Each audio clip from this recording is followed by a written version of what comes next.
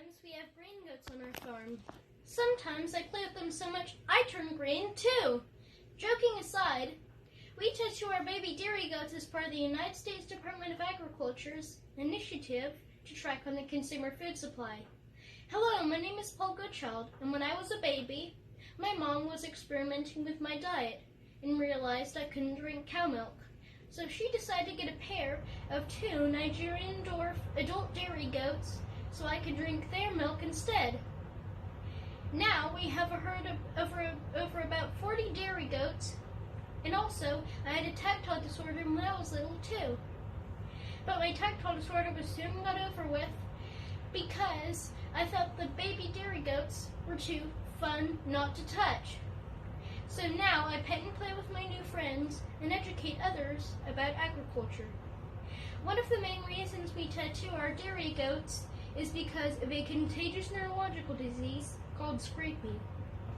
Scrapie is a disease that spreads to the nervous system and skin, causing skin irritation and causing them not to absorb nutrients in their gut, eventually killing the animal.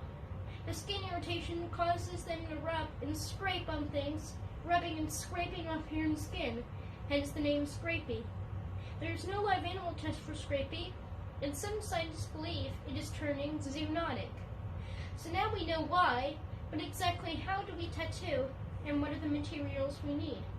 You need a clamp, digits, ink, green, black or white optional, gloves optional, and that's it. So digits are letters and numbers with prongs on them that you stick in the clamp upside down, left to right, and insert into the goat's ears. On the manchas, you do it on their tail because they have very short to no ears. That's a fun fact. So you stick the digits on to the clamp upside down, left to right, and insert into the goat's ears. The farm name goes on the right ear, and the birth date and number goes on the left ear.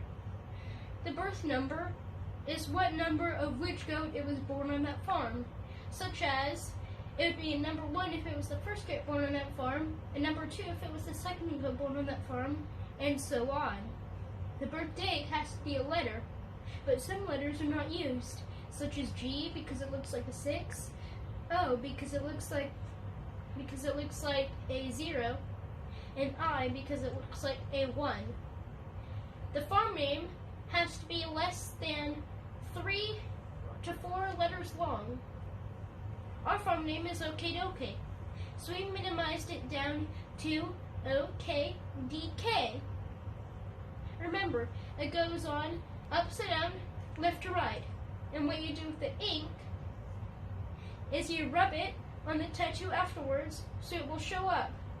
You can also use a cloth optional to wipe some of the ink off.